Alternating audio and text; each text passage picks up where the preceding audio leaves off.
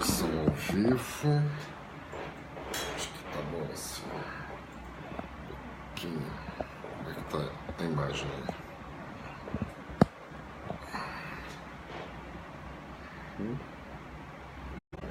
Já entrou? Ah, você não tá vendo, né?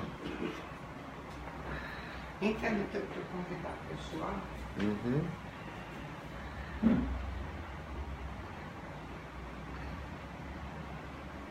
Você quer acompanhar aqui com o meu? Eu vou pegar e vou convidar.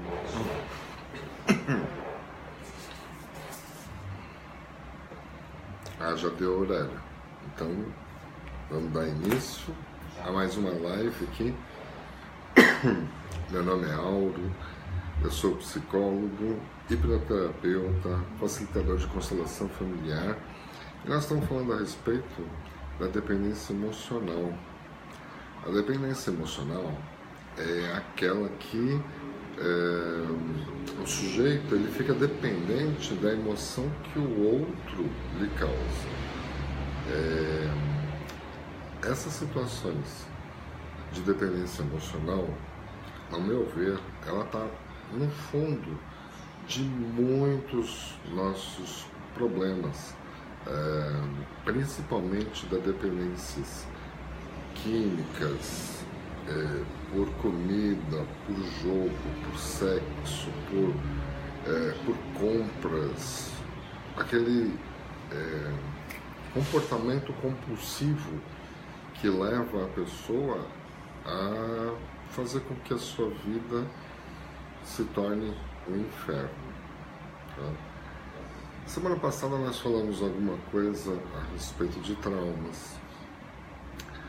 Os traumas, eles causam, fazem parte do processo da dependência emocional.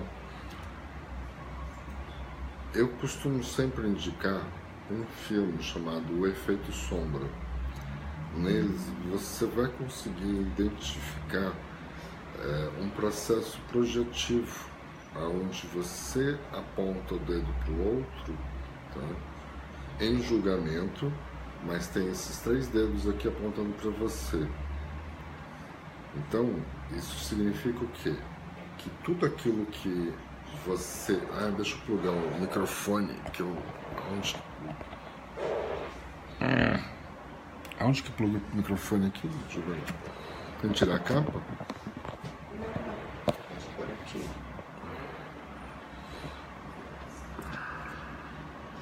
A lateral? Onde que nós pusemos da outra vez? Acho que é aqui em cima, né? Onde que é o fone? É aqui. É aqui. Embaixo? Isso aí, exatamente. Vou ter que tirar um pouquinho aqui.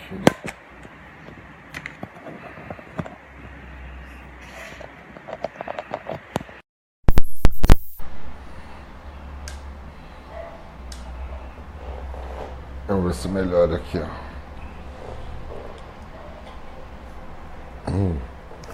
E eu esquecendo de plugar o microfone. Ainda estou meio iniciante ainda nas lives. Melhorou o som? Acredito que sim, né? Então, semana passada nós falamos a respeito dos traumas e eles têm um papel fundamental dentro da dependência emocional. Através desse trauma, ele é jogado lá dentro do inconsciente, ele é afundado lá, você não vai lembrar e muito provavelmente o que vai acontecer? Você vai começar a ter julgamentos em relação à pessoa que lhe causou esse trauma. O seu inconsciente cobre, mas ele não esquece aquilo que recebeu. Tá? E passa a vida toda com essa situação de jogo, de sombra. Não é um filme que eu indiquei para vocês, O Efeito Sombra? O que acontece? Tem uma cena que ela é bem típica. Uma menina que a mãe vem trazendo um pratinho de biscoito e coloca na frente dela. Sai para pegar o leite, enquanto ela sai para pegar o leite, a criança come tudo. Come todos os biscoitos. E fica com uma carinha de expectativa, sorrindo, esperando da mãe um elogio. Só que assim, esse elogio não vem. Ao invés do elogio, vem uma questão de uma projeção da gula da mãe em cima da filha. E fala, como é que você conseguiu comer todos esses biscoitos antes do jantar? Como assim que você comeu tudo? Pensando em termos de criação, mãe-criança, tá? A mãe, quando está tirando a criança do aleitamento, ela incentiva a criança, mãe, você tem de comer tudo, e etc., para você crescer forte, bonito, saudável, e assim por diante. O que a menina fez naquele momento simplesmente foi isso. Ela comeu tudo. Esperou um elogio da mãe, e esse elogio não veio. Ao invés disso, veio um julgamento. Então, o inconsciente encobre esse fato, tá? E aí começa a criar comportamentos disfuncionais para proteger esse conteúdo que está aqui, para que ela nunca mais sinta essa rejeição, se sinta essa inadequação dessa forma. Então, o que passa a acontecer em cima disso? A mãe incentiva para comer, mas não, depois, quando ela come tudo, ao invés de elogiar, né, reclama com ela. O inconsciente começa a não entender. Como assim? É para comer ou não é para comer? Então, o que acontece? Então, se é para comer, para crescer forte, bonito, saudável, e a minha mãe não quer que eu coma tudo, então a minha mãe não quer que eu cresça forte, bonito, saudável. Mais tarde, ela começa a imaginar que a mãe já não gosta, e ela aprende que comida é sobrevivência. E minha mãe não queria que eu comesse. Então, minha mãe não quer que eu viva. Minha mãe quer que eu morra. Minha mãe não gosta de mim. Ela queria me matar de fome quando eu tinha 4, 5 anos de idade. Isso vai criando uma situação que vai se desenvolvendo ao longo da vida da criança, e ela sempre julgando. Minha mãe me fez isso, minha mãe me fez aquilo, não podia comer, não podia fazer isso, não podia fazer aquilo. E a mãe não consegue entender. Não consegue entender o que está acontecendo com essa menina que era tão legal, ela era tão mimosa, ela era tão amiga, tão companheira, que de repente, a partir daí, ela passa a ficar chorona, ela passa a ficar cobrando atenção, e uma série de outras situações que acontecem. Né? A relação se desvirtua, ela passa a se achar disfuncional, não merecedora, etc, etc, etc. Essa semana nós vamos falar a respeito do perdão. Muita gente fala que o perdão, esse perdão liberta. Então, a questão do perdão, ela é muito mais profunda do que simplesmente você falar, tá, eu desculpo você, só que eu não quero nunca mais te ver na minha frente. Ela tem a ver justamente com aquele momento ali do biscoito que está lá atrás. Essa mãe, ela estava educando essa menina para que socialmente ela ficasse adequada. Claro, projetando na menina a gula que estava dentro dela. E fazer o que em cima disso? Tá? Fazer o que em cima disso? Esse perdão é o reconhecimento de que a sua mãe, ela estava fazendo, primeiro, aquilo que ela podia fazer naquele momento. E que você não estava sendo rejeitado, você estava sendo educado.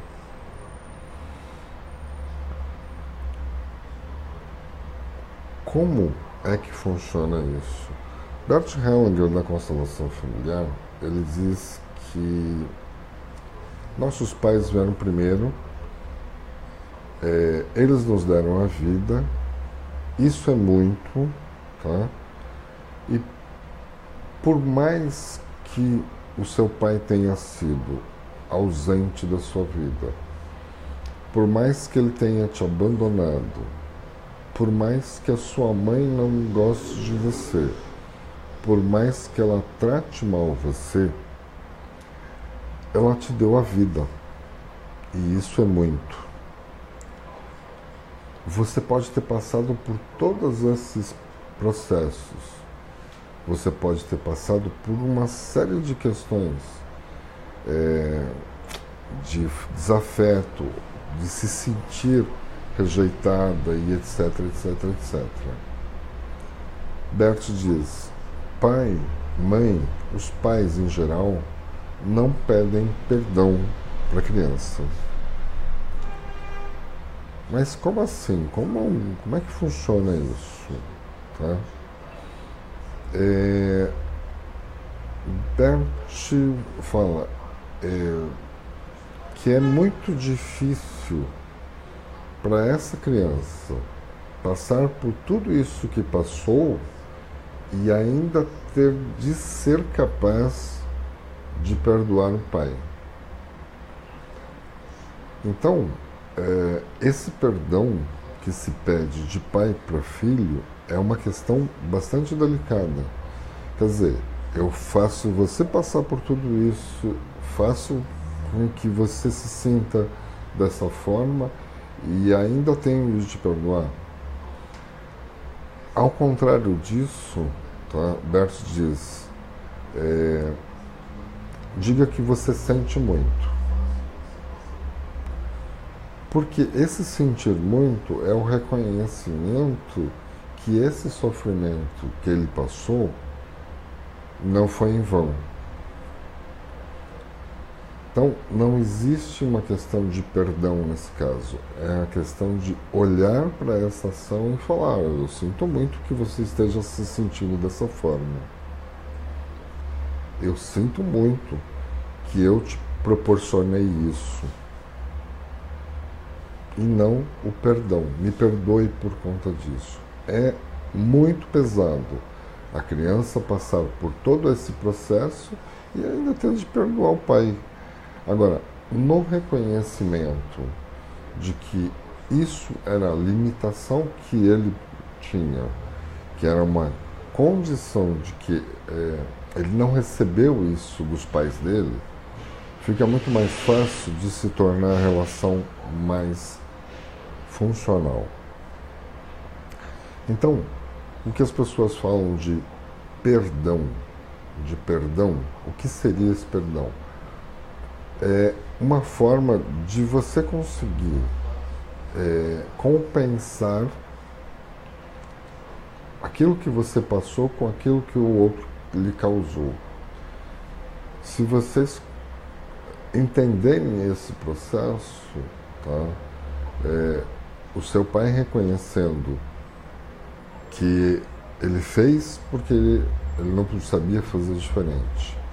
e que você assumiu isso na expectativa de que você conseguisse o amor dele, então a gente começa a conciliar as relações.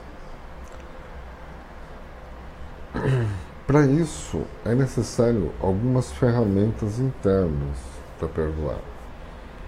É necessário que você tenha a consciência de que ele não fez isso proposital. Ele fez isso porque ele não sabe fazer de uma outra maneira. Você entender de que isso faz parte da criação dele. Quem não recebe, não tem para doar. Então, se ele não recebeu do pai dele, ele não vai ter para passar para você. Consequentemente, você também não terá para passar para o seu filho. É necessário que haja um aprendizado aí. Primeira situação, você tem de admitir que isso existe, que esse problema existe, porque em todas as situações em que você vai trabalhar isso em terapia ou que você que te causa sofrimento, é o reconhecimento de que você tem participação nisso, tá? É dizer sim para depois dizer não. É aquilo que Bert fala. A primeira condição para você trabalhar qualquer situação, você tem de dizer sim antes de dizer não. Primeiro você tem de admitir que o problema existe. Primeiro você tem de admitir que existe uma relação conflituosa, ou que não existe essa relação, que nunca existiu essa relação, e passar a partir daí a sua vontade de estabelecer essa relação ou de restabelecer essa relação. Quando você faz isso, você começa a sair do julgamento. Você passa a deixar de apontar para ele, e começa a olhar para você. Uma ação e uma reação. Se ele fez isso, você também sentiu dessa forma. Primeira situação, admitir que você tem participação nisso. Primeira reação é admitir que você quer uma relação, porque senão você vai viver na negação e isso vai te causar cada vez mais problemas. Como a dependência emocional, eu estou sempre falando, ela é fonte de tudo aquilo que vai te acontecer de ruim na sua vida. Ela é fonte e causa de todos os seus comportamentos disfuncionais. Ela é fonte e causa de muitos comportamentos, manias que você vai adquirir. Então, a primeira providência para você começar a trabalhar isso é justamente você falar: sim, eu quero olhar para isso. Sim, eu tenho participação nisso. Sim, eu estou disposto a estabelecer uma relação. Eu estou disposto a restabelecer essa relação.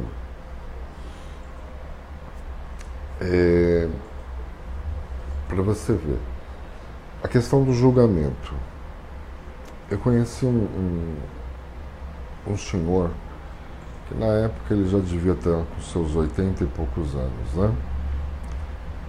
E falando a respeito de dependência emocional, falando a respeito de muitas situações assim, de traumas, de julgamentos, de dizer sim, de dizer não, e etc, etc, etc.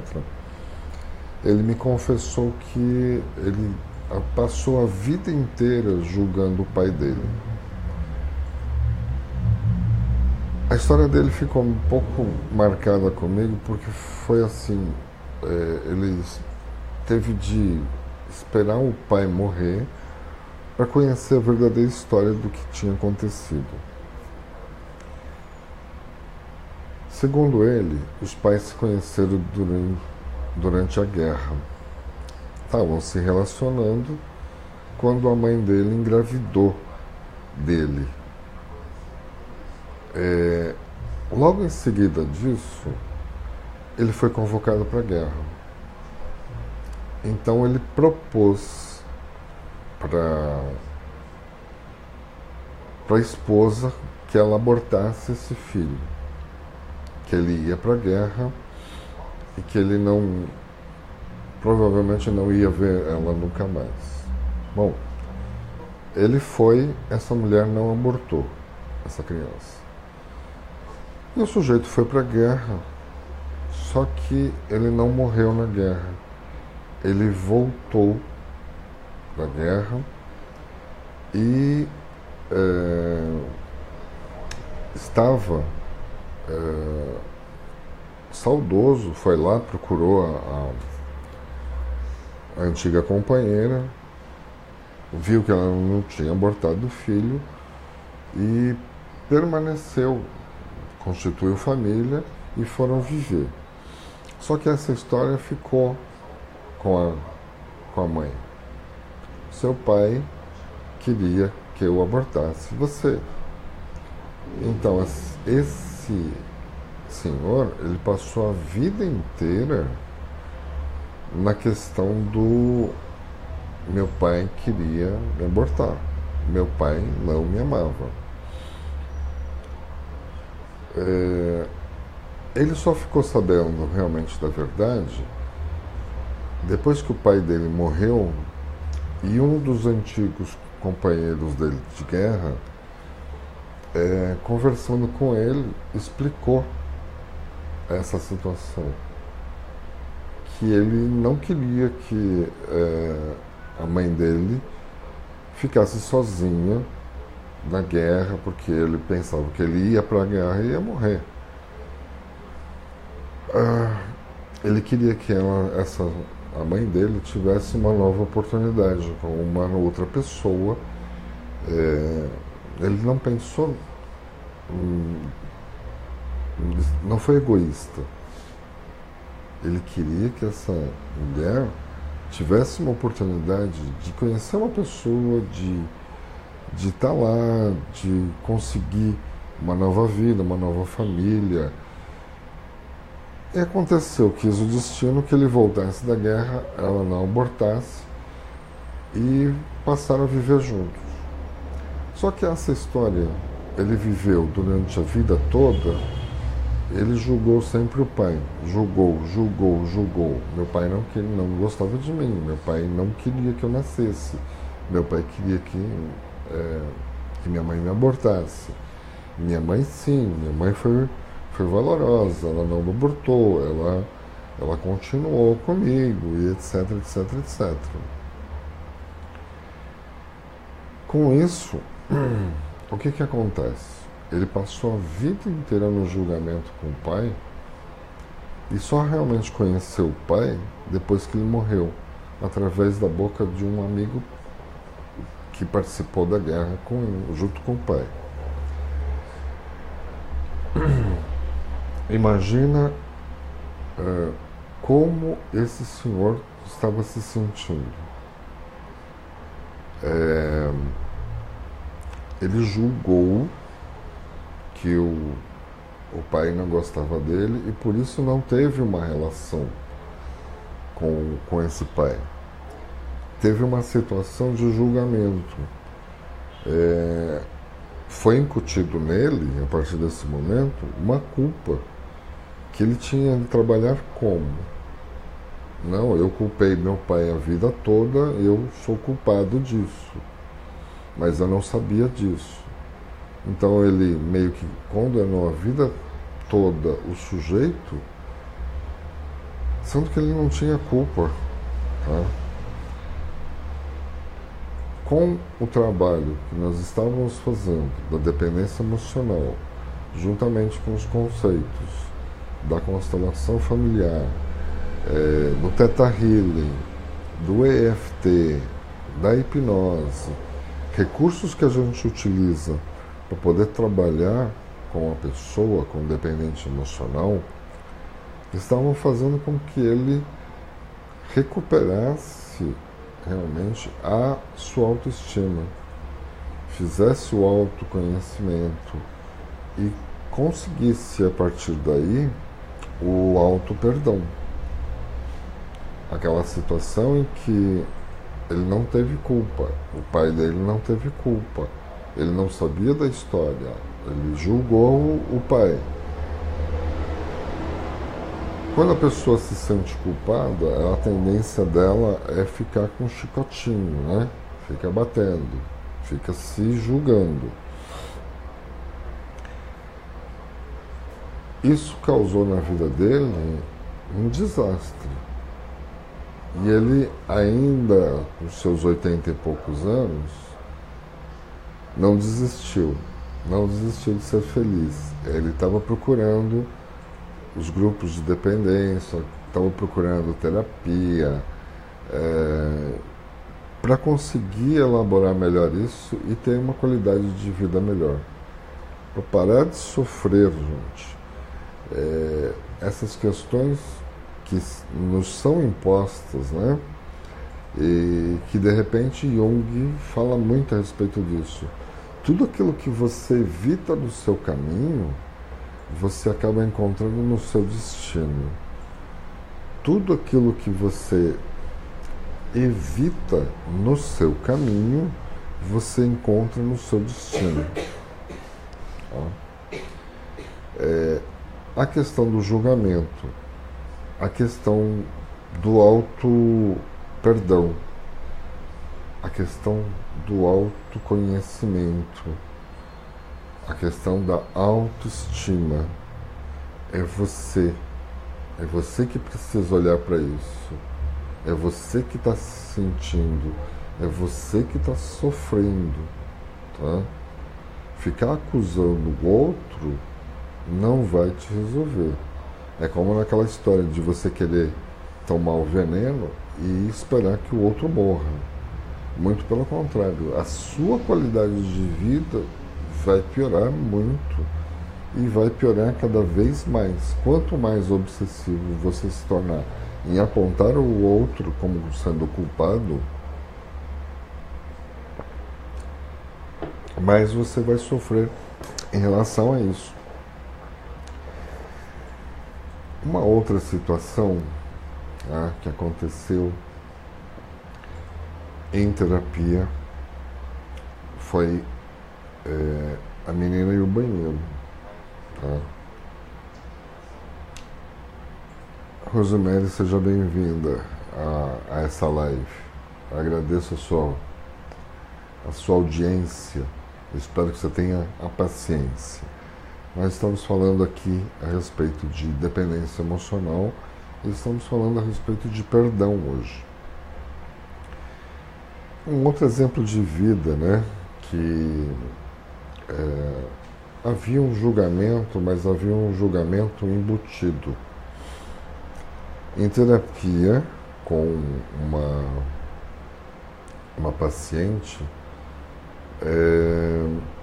ela, num determinado momento da terapia, ela narrando uma situação que ela estava com o namorado e ela deixou escapar. Foi algo assim que o inconsciente abriu e deixou escapar.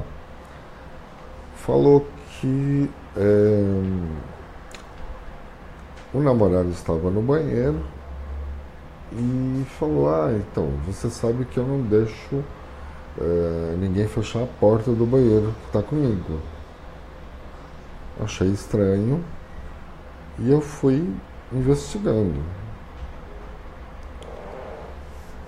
Oi, Rosemary, boa noite para você. E ela falou assim: eu não deixo, tá? Bom, é fato que existia, no caso, uma mania, certo? Essa mania tinha alguma coisa a ver, muito provavelmente, com algum trauma que ela tinha vivido. resolvi puxar isso em hipnose, numa regressão de idade. Conforme foi passando as sessões, ela foi me enrolando e eu falava, então, vamos ver isso. E de repente ela sumia da terapia. Ficou 3 semanas sem aparecer. Voltou a terapia, voltou falando tal, isso, aquilo, isso, exato, tal. E eu falei, bom, e aquela situação no banheiro, nós vamos ver? Ah, sim, vamos ver, tal. E ela só me enrolando. Mais pra frente, ficou mais 2 semanas e eu falei, bom, e aí? Vamos ver? Ah, tá, vamos ver, tal. Peguei, coloquei a venda nela, fiz os procedimentos e pá, ok, ela entrou. E ela lembrou, quando chegou na idade de 5 anos, ela lembrou e ela começou a reviver aquele momento com muita emoção. E ela batia no chão e ela falava, abre, mãe, abre. Muito sofrido, abre, mãe. Paulo Suzuki, seja bem-vindo. Nós estamos falando sobre dependência emocional, estamos falando sobre perdão. Então ela falava, ela batia no chão, ela em estado alterado de consciência, através da hipnose, conseguiu lembrar, trouxe ela de volta, tirei ela do transe hipnótico e ela lembrou de tudo. Ela reviveu aquele momento com muita emoção, com muito pesar, como se ela estivesse naquele momento ali. E boa noite, Paulo Suzuki. O que aconteceu? Durante a separação do pai e da mãe, a mãe ficou com ela e não tinha condição de cuidar dela sozinha. Estava sem local ainda, não tinha uma casa montada, ela teria de se reestruturar. E quando foi? Qual foi a solução? A solução foi deixar com a avó, com a mãe dela, né? Quando chegava nos finais de semana que ela ia visitar, claro, a menina ficava muito grudada, né, com ela, sentindo saudade, etc, etc. Só que na hora de ir embora, ela dava um perdido na menina. Ela falava, eu vou no banheiro. Fechava a porta do banheiro e saía escondido. Quando a menina se percebia, né, que a mãe estava demorando demais, ia na porta do banheiro e ficava lá batendo.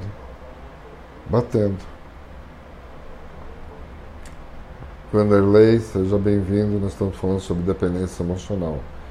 Estou narrando um caso, né, a respeito de uma regressão. Então essa menina, ela batia na porta, batia até que para a mãe abrir, e a mãe não abria, é evidente. A avó ficava aborrecida e ela abria a porta e mostrava para a menina, olha, não tem ninguém aqui, tá? A menina entrava, olhava, né?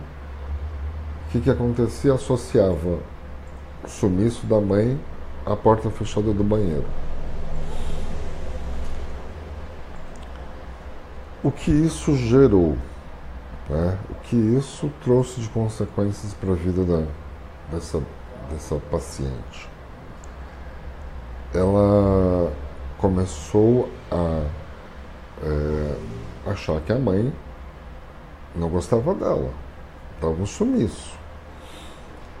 Quando a mãe conseguiu se estabilizar, trouxe a menina para morar junto, tá? A mãe, cheia de problemas, se dedicou ao álcool, né, para poder aliviar um pouquinho a barra, e cuidava da menina. Só que era comer, tomar o banho, deixa a menina lá na frente da televisão e isso já tá bom, né? A partir do momento que a menina começava a fazer qualquer coisa para chamar atenção ou para quebrar alguma coisa, a mãe falava com ela. Então, ela percebeu que fazendo alguma coisa errada, a mãe lhe dava atenção. Disso daí para o crescimento e o consumo de drogas foi um palito. Foi muito fácil, muito rápido. E quanto mais ela consumia, mais tinha a atenção da mãe. Mais consumia, mais tinha a atenção. Ela teve de passar por toda essa adolescência com o consumo de drogas, passou pelo tratamento de desintoxicação, e a partir daí passou por um casamento disfuncional, teve uma filha, voltou para morar com o Jailma, seja bem-vinda. Ronaldo, seja bem-vindo. Estamos falando sobre dependência emocional. Estou contando um caso. Depois esse vídeo vai estar publicado no Facebook e depois eu também vou colocar no YouTube, se vocês estiverem interessados em rever tudo aquilo que eu falei, ele vai estar lá postado. Conforme essa menina tinha essa atenção toda vez que ela fazia alguma coisa errada, mais estimulava isso. Conseguiu passar pela desintoxicação. Hoje ela está há mais de 7 anos limpa. Só que ela transferiu isso para os relacionamentos.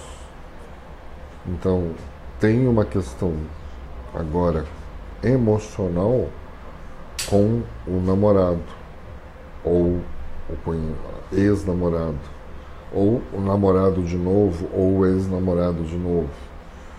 Porque essa dependência emocional, a relação não se estabiliza. E há sempre a questão do sofrimento. Mas o pior de tudo é a qualidade de vida. A qualidade de vida que acaba ficando para a pessoa. Porque essa pessoa vive atormentada por esse fantasma. Tá? Depois que essa menina foi lá e olhou para isso, lembrou disso, ela conversou com a mãe, ambas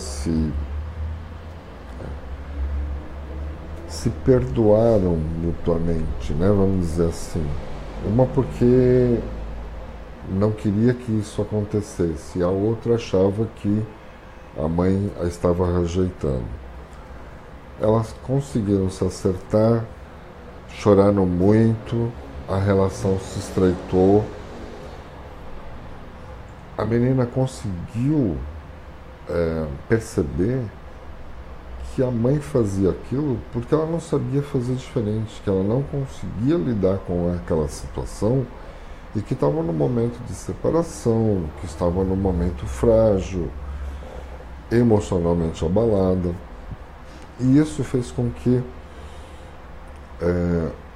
essa relação pudesse se restabelecer. Toda vez que você tem uma questão emocional,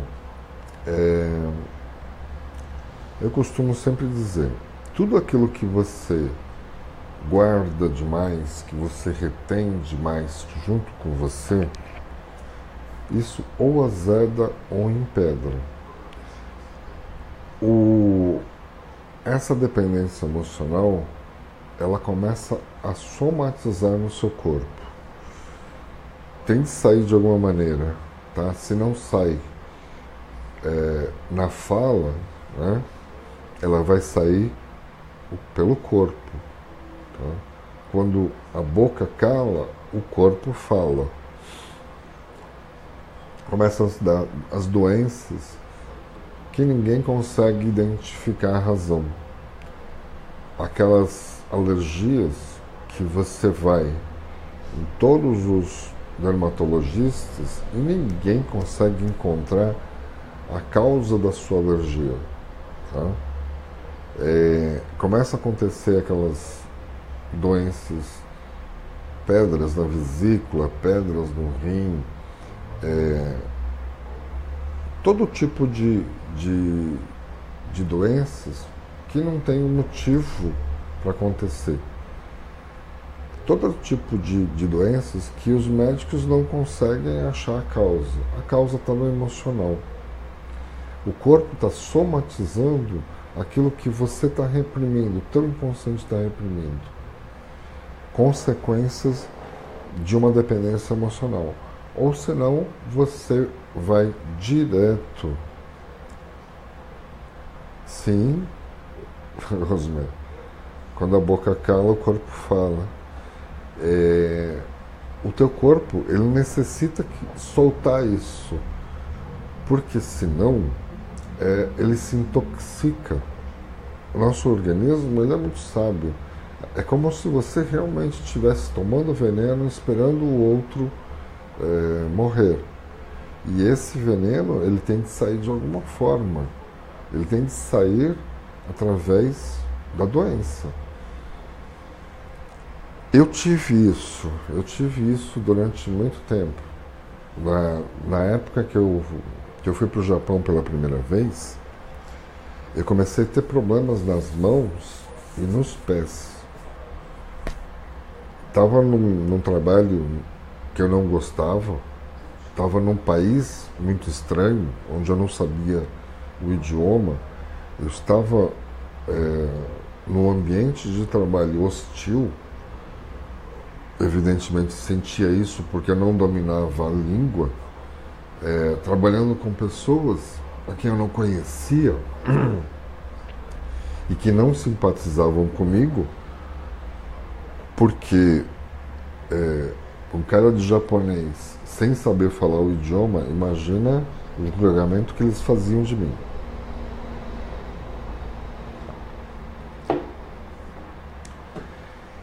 Isso começou a me aborrecer, começou a me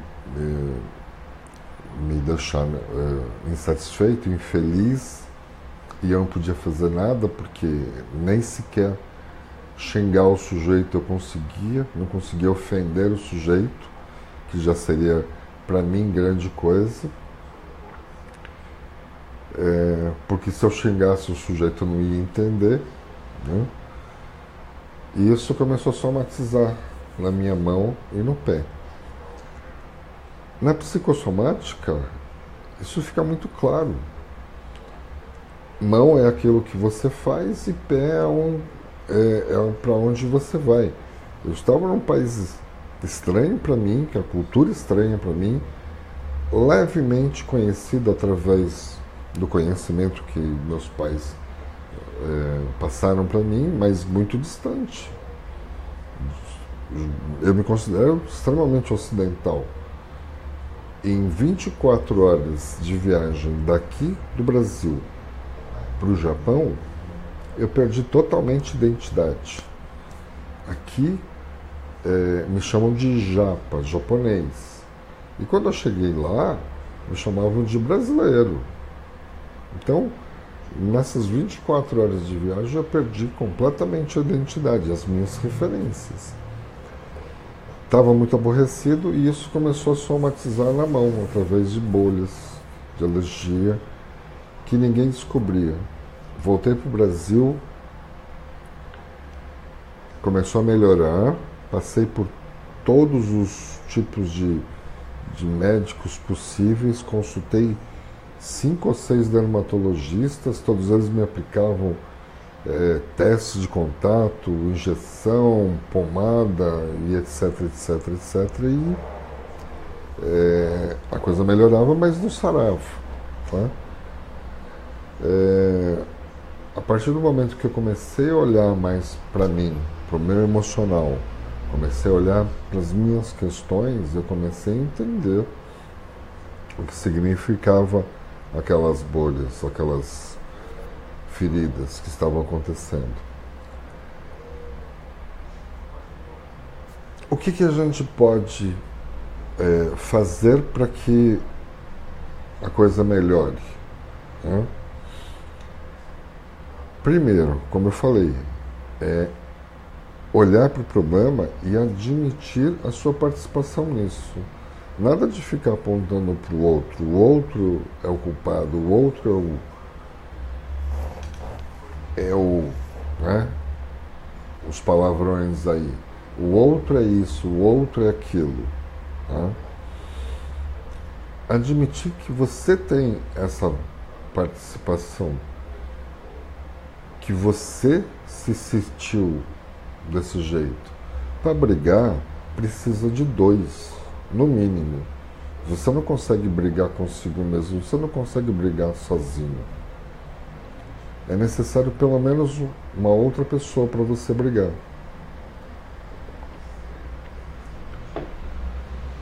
Que seja com você, vai ser com uma imagem holográfica.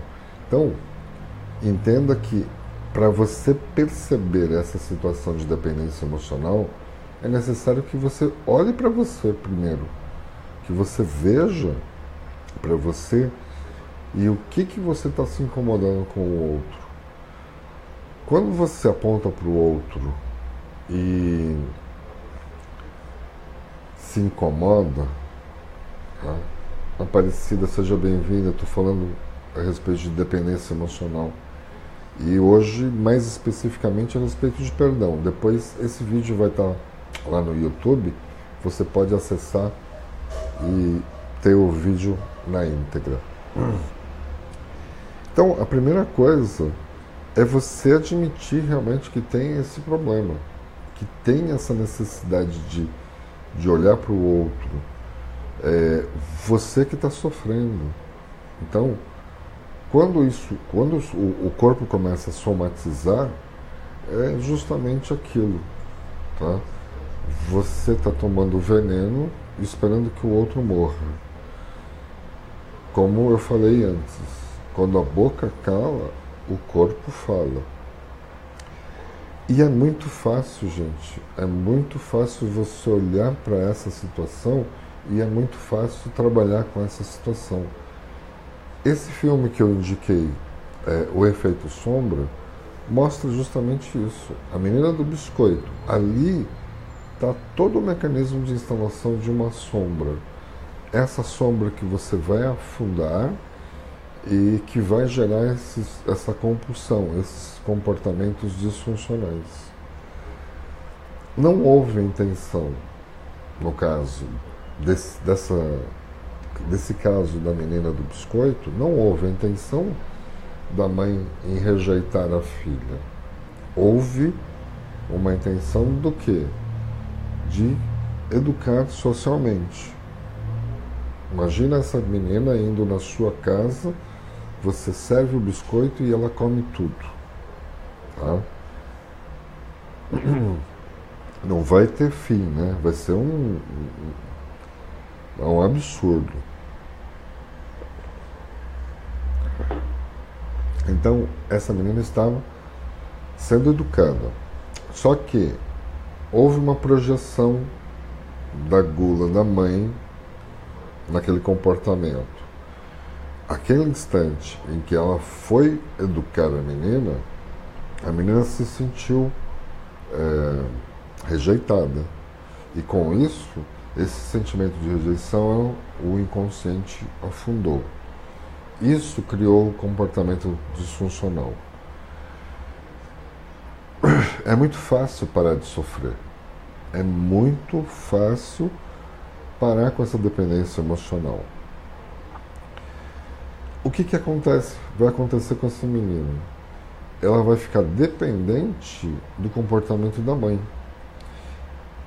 A quem ela votar o seu gostar, ou eleger como seu parceiro, ou quiser como objeto de afeto, ela tem de causar essa emoção para ela. Senão, ela não vai conseguir se relacionar.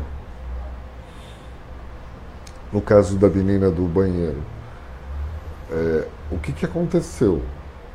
Esse sujeito que está lá dentro do banheiro, que ela elegeu ele como objeto de desejo, de compulsão, ele tinha de se comportar exatamente como ela queria que ele se comportasse. Não pode fechar a porta. Senão, se fechar a porta do banheiro, você some. E você não pode sumir. Então, ela era dependente dessa emoção que o outro lhe causava. Com isso, vai se criando cada vez mais manias e comportamentos disfuncionais. Quando de repente algo acontece a você e você não consegue lidar com aquela situação. Pode existir uma outra questão? Pode existir uma questão, por exemplo, de uma violência? Sim, pode existir. Normalmente, mulheres são muito vítimas de abusos. E esses abusos, muitas vezes, ficam lá escondidos no inconsciente. E aí não consegue se relacionar de uma maneira sadia com o seu companheiro. Ou não consegue se relacionar de forma alguma. Ou passa a odiar o objeto que abusou dela. Muitas situações podem acontecer e aí o sofrimento é inevitável. Querer olhar para isso é muito importante. O que pode ser feito para aliviar o sintoma? Tá? Eu indico muito o EFT como uma prática para você elaborar esses sentimentos de uma forma melhor. Tá? Quem tiver interesse em conhecer, pode procurar pela internet aí, EFT, Emotional Freedom Techniques. Se não conseguir, entre em contato comigo que eu te coloco em link direto com esses sites. Mas o principal, se você vai estar trabalhando os sintomas, é importante que você trabalhe o conteúdo interno que está preso lá embaixo. Porque esse conteúdo, ele gera a sombra. E a sombra é aquilo que nós estamos sempre conversando. A respeito de você apontar para o outro, sendo que esses 3 dedos apontam para você.